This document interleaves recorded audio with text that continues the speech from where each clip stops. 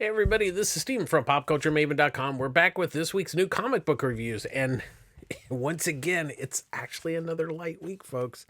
Not a lot of books came out this week. There's still good stuff that always comes out every week. It's just that I actually kind of like when it's not so overwhelming that there's so many books that come out. You're just like, there's so much to read, and sometimes it's too much. So having these past couple weeks be a little lighter is actually a nice thing.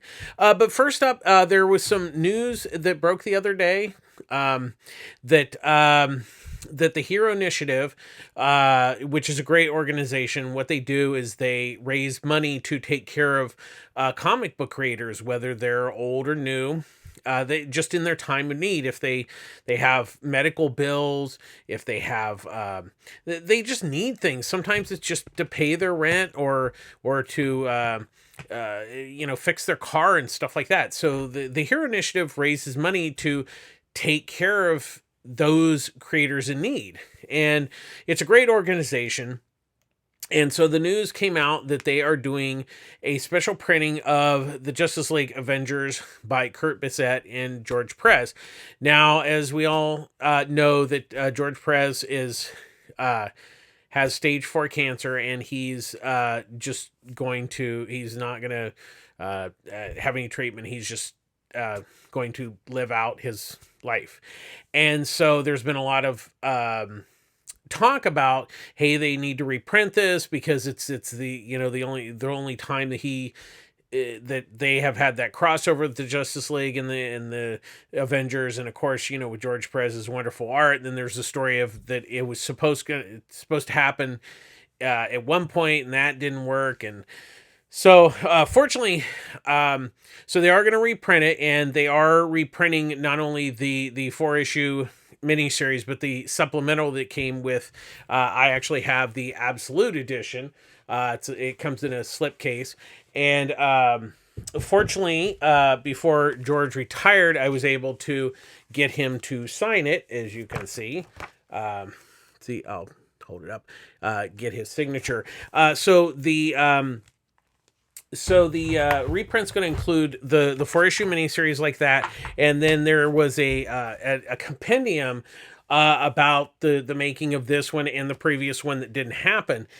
So all that's going to be reprinted, and it's coming out in March. It was a quick listing. The final cutoff is this Sunday or Monday at Diamond. Now they're only making 7,000 copies, and there's been a lot of 70,000 copies is not really that many. The hope is, and this is just more hopeful than fact, that because there's a paper shortage and stuff, and they were trying to get it printed as quickly as possible so George could have it before he leaves us. And so I think that's one of the reasons why the print run was set at a specific print run, or specific number of 7,000, because that's all that they could get printed now. Once again, there is hope that they will be able to print more after that, but we don't know. So check with your local retailer and see if you can pre-order. They're definitely, it's going to get allocated. We don't know how many each store is going to get. It's not probably going to be a whole lot. I'd say probably 10 or less. Maybe 20 per store. We just don't know. But I thought I'd point that out, so you can talk to your local comic shop and see if you can maybe get a copy. At the very least, the great thing about it is all of the proceeds are going to go to the Hero Initiative, which is once again a great organization, and I highly recommend always supporting them. They go to a lot of cons, but you can buy stuff online. They do a lot of art auctions. It's a really great organization, run by a really great team, and they give back to this wonderful community that we all love. So that being said, just I wanted to point that out in case you hadn't. I know everybody's kind of heard about it now, but just check with your local comic shop. So let's get to this week's comic. So first up, Until My Knuckles Bleed, #1, written and drawn by Victor Santos. This is I was first of all really really impressed with this book. I've known Victor. He actually lives in L.A. He has a very unique style. He's done some of his own self published work. He also did a book, Polar, I believe, and he has a really great style. And what's neat about this is, so think about if there were superheroes from the 90s, where they were all big and bulky, the whole Jim Lee, Rob Liefeld, where they Eric Larson, where they drew them very big. But yet it's now today, so they've kind of retired, and they so the one guy that's kind of like the big hulking guy, he's now a bouncer at a adult club, and it's interesting because that's kind of the best job he can get, but they're still, they stay in touch with the old guys, the old team members and stuff, and it's really interesting how Santos kind of plays on both the outrageousness of 90s comics, and yet he has this thing where it's kind of like they're not washed up, but they're just they it's like they wouldn't mind being a superhero, but there's no need for them. It's really interesting. I think it's not that the concept's particularly original. I just think the way that Santos has done it is really it is a good take on that story. And his artwork is absolutely stunning. It has a really gritty feel that actually works. And I love how he uses the difference. There's times where it's kind of just more monotone black and white, and then he adds color, so mostly the black and white scenes are like flashbacks, so then when you get to the modern day, it's color, so it helps you kind of keep track of it. It's a great looking book. It's really interesting, and it's well worth checking out. I really really enjoyed it this week. Next up, we have The Lion and the Eagle, #1, written by Garth Ennis with artwork by P.J. Holden. Now, this is the story of the World War II in 1944, where Britain goes to Chindit Burn. It's the Chindit Burman campaign in China, because Japan has invaded China, and so that's what the basic story is here. So this first issue, first of all, it's an oversized book, which Aftershocks have been doing, but I didn't actually realize, I thought it was like a one and done, which a lot of these one-shots have been. This is actually at least a couple or 3 issues, so just be prepared to know that this is just the first part. So this first issue really is kind of a setup. It kind of gets you to like what, why the British are there, how they're working with the Chinese, and it's kind of, I don't want to say it's slow, but it just unfolds at a very natural pace. It's not really a jam-packed action thing, but I think it really gives an interesting side of World War II that you don't really see too much. It's a campaign that is not really super well known, and I think what Ennis has done here is he's kind of bringing a humanistic story about these 2 guys in the British Army and how they came to be in this campaign. And like I said, I think it's interesting. It's one of those. And Ennis has done a number of like war stories over the years, and I think he brings just an interesting spin to like a World War II story, but something that we haven't really seen before. And plus, it's not like a big, tanks and guns, and it really, I think it's more of a humanistic story, which is kind of interesting. And I really, the one thing I did really like, I like PJ's Holden artwork, and the nice thing about it being in a bigger size, it really adds really to the experience of reading it with the artwork being that size, and it makes for an interesting story. Now, this is not a book for everyone. I think it's, once again, it's war based, and that's not gonna appeal to some people, but I think if the concept of like a different angle of a World War II story, I think you should check it out. I liked it. I didn't necessarily love it, but it's also like, it's the first issue. There's a lot of setup. So I think the second issue is going to be one to where, hey, let's kind of see where this goes. Next up, we have Batman the Knight, #2. written by Chip Zdarsky, with artwork by Carmen D. Grandamico. So what this is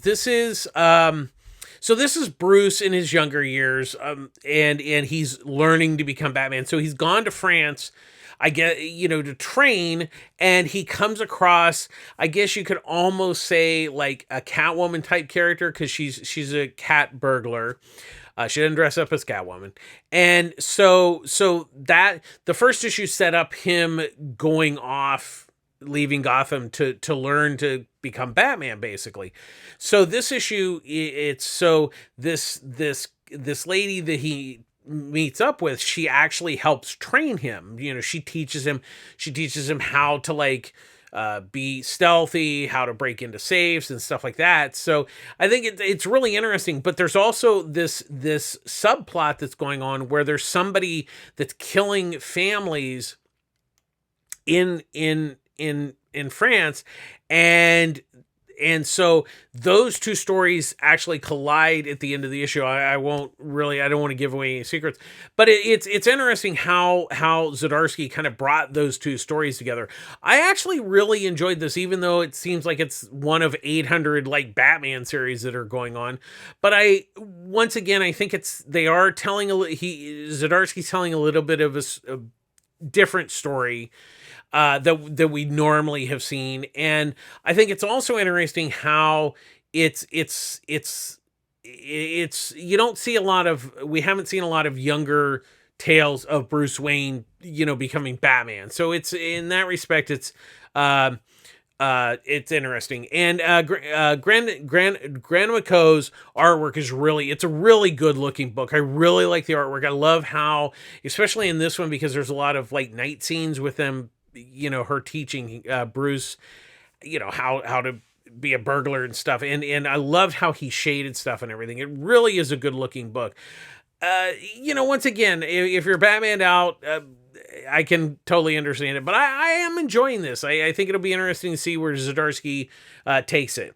Next up, we have Iron Fist #1, written by Elisa Wong, drawn by Michael Yee. So now that we have a new Iron Fist, the original Iron Fist is he sacrificed his powers to save the world. You know how that goes. But he is still, he still knows how to do kung fu and stuff like that. So so the new Iron Fist comes, and because there's demons and stuff, and he's actually he comes and helps save the original Iron Fist. And so it's kind of, that's the kind of setup, and they introduce the new Iron Fist, and he's a kid, and he's still learning and all this kind of stuff. And Wong, look, it's an okay story. I think the problem is it's not that Wong's story is bad or anything, but I think it's something that you've read like a million times before. And the problem is that she doesn't really bring anything new to the story. I mean, yes, you have a new character, and yeah, there's some kind of new things, but it's like, it really felt like a been there, done that. It's not bad, but it's like, at this point, you need to step it up to the plate and like, give me a reason to really like this. I mean, I get it's a first issue, but there was nothing in this first issue that I haven't read before, and that's where the problem is you, and it's just, it's kind of a shame. I think Iron Fist is an interesting character. I'm not opposed to having a new Iron Fist, but at least give me something interesting to read. And unfortunately, that is not here. I will say, Michael Yee's artwork is actually nice. It's a good looking book and everything, but ultimately it just kind of sits there like a dead fish, in the sense it just doesn't really, there's nothing compelling about this first issue, and there certainly wasn't. And the hook, at the quote unquote hook at the end to get you to read the second issue, was so cliche that it was like, really, this is what you came up with to get me to come back for the second issue. And unfortunately, I say no to that second issue. So I'd say this is a pass. It's not bad, but it's not great either. Next up, we have Supergirl Woman of Tomorrow, number 8, written by Tom King, with artwork by Billiquis Evely. So this is the last issue that finishes this story, and I have to say that not only have I loved this, but this ending is so amazing and beautiful. I think what has really been interesting is how King continues to take these characters that are, somewhat second string or not, the main characters, and really infuses a new, like, he, once again, as I've said many times before reviewing this book is about Kara-El. It's not about Supergirl per se. It's about her kind of growing up in a way. It's about her really becoming Supergirl and what it is to be Supergirl, and what it means to her and what it means to us as her Supergirl. And I really, it's hard to review this in some ways because I certainly don't want to spoil anything. There's some really amazing stuff, and it's just, Tom King just nails it. He absolutely nails it. I've really fell in love with this. And the other thing that has made this great is Evely's artwork is just stunning in this book. It is just beautiful. It's just, it continues, each issue continued to amaze me, and this last issue was really so beautiful and heartfelt and quite emotional. There was a lot of great emotion to finishing up the storyline, but we also get to see I don't want to spoil it, but we get to see a new Supergirl outfit, and that's all I'll say about that. But if you have not been reading this, I know there's going to be a collection of the 8 issues, and it's really a must read. It was a beautiful book, and it was really, really wonderful. Next up, we have the Silver Coin number 9, written by Vita Ilea, with artwork by Michael Walsh. Now, once again, these are one and done stories, and each issue has a different writer, but Michael Walsh is the artist. He's been the artist on every issue. And once again, I love how he kind of manipulates his artwork to have a different style for each story. So this one is about a guy who owes money to the mob, and it's loosely based on some true stories about back in the 70s in the Bronx, where people, the economy was terrible and the apartment buildings were worthless. And so what owners would do is they would set them on fire and collect the insurance money. And the police just didn't have enough resources to go find, if it was arson, even if it was, they just couldn't. And so this guy, so the loan shark says, "Hey, I have a job for you," and the job is to go burn down, an apartment building. And so what it is as he does it, this little girl catches him. She doesn't die, but then it looks. He's also a cop too, so he's a cop that owes money to the mob because he's been, getting payoffs from the like mob guy.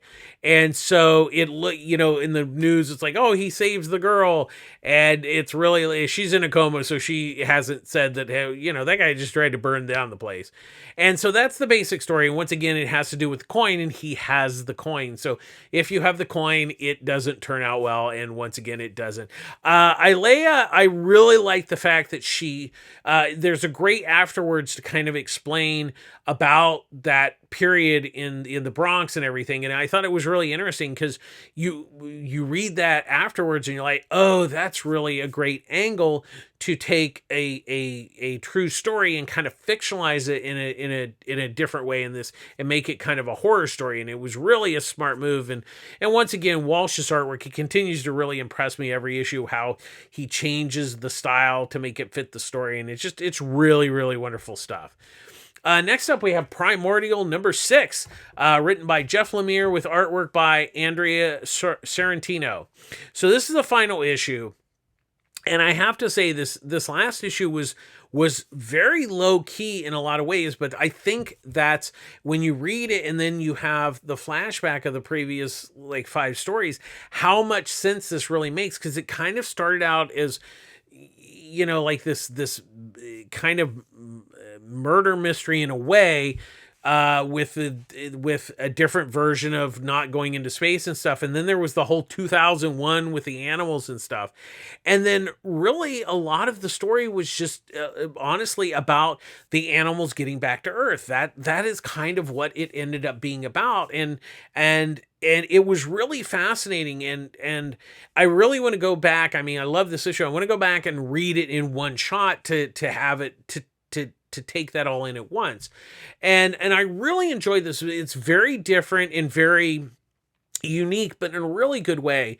And Lemire, like I said, I really loved that what you think that this story is going to be isn't, and it's something that is just that you don't expect. And I think that's why I really loved it so much. And then Sorrentino's artwork is just, he really just amazed me in this book, because he would do different styles, especially with when the animal, you know, the 2 monkeys and the dog, like are on the spaceship. It had how he had a different style for that, and it was just, it was really amazing. And also his artwork really brought the emotions, especially of the animals, out, and it was just absolutely amazing. It was really a wonderful book. I really recommend checking out when the collection comes out. I really enjoyed it, but it's not going to be for everybody. It's very different and unique, but in a really, really good way.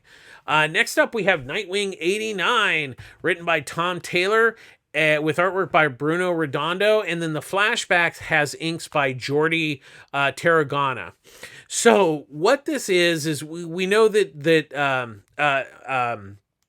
so Robin and Kal-El, when they were both kids, so this it's interesting because they're like buddies. So Nightwing is new to this. So there's a flashback where when John is younger, and so, you know, they're trying to find him because he went flying and then he landed, and so it's Bruce and Dick that find him. So that leads into that they kind of know each other. And so this is a 2-part story that starts in Nightwing, and then the next issue of Superman Son of Kal-El will be the second part. So make sure you pick up that. I think it comes out in a few weeks. And it's a nice setup, and it's interesting because I like how they blended what is going on in Nightwing and what's going on in Superman Son of Kal. Obviously, they're both written by Tom Taylor, so it does help if you've been reading Superman, and you should be. It's actually quite good. But I like how this team up actually, you know, felt natural. It didn't feel forced and everything. And of course, it does help when you have the same writer doing both books. And of course, what more I love Bruno Redondo. I love his artwork, and it's really fantastic. It's a fun team up. It's a lot of fun. I've really, you know, been enjoying. Nightwing has been absolutely amazing. This book continues to knock my socks off, and I'm glad, you know, I like this crossover. So I think it's a natural meeting of the two characters. And it's well worth checking out. But I've been a big fan of Nightwing ever since Taylor took over. It's really a wonderful book. And finally, we have Animal Castle #3, written by Xavier Dorison, with artworks by Felix Delep. Now, as I mentioned many times before, this is a sequel. I guess you could say it's a sequel to Animal Farm. So now we're starting to get to the point where the animals are beginning to realize that the in this case the bull and the dogs that are running the show are not really looking out for their interest. And we've learned in the last issue that they're the rich, and then the rest of the people are the poor, and that they're just oppressing them. And so it just continues to be, they just keep, Dorison continues to build upon that story. And this issue, we finally start to see the revolution begin. And I think I think the way he's handled this is quite interesting, in the fact that I love how he's starting the revolution, how it just slowly starts. And it's really a fascinating new, I think, really a new take on the Animal Farm story. And Delop's artwork continues to be absolutely fantastic. The only kind of gripe that I have is it's obviously was originally done in Europe, so it was a bigger format, and they shrink it down to the comic, and the artwork is so detailed and everything, but by shrinking it down, just really loses some of its impact because of the smaller format. So I hope that when they reprint it, when they print them all together, that they decide to put it in its original size, because just to marvel at the artwork every issue is just, it's really just a joy to look at, and it's really worth checking out. I'm really enjoying this book. It's a great story with gorgeous artwork, and it's really well worth checking out. That's going to do it this week. Thankfully, we got through them pretty quick. Like I said, it was a pretty light week. So, I mean, there's still definitely some good buys out there. So like I said, I really, Until My Knuckles Bleed was a really nice surprise. I really enjoyed that. I think that was the big new book that was like my favorite of the week. So definitely check that one out. But as always, please be safe out there. Get vaccinated. I know things are getting better, but please make sure you stay safe.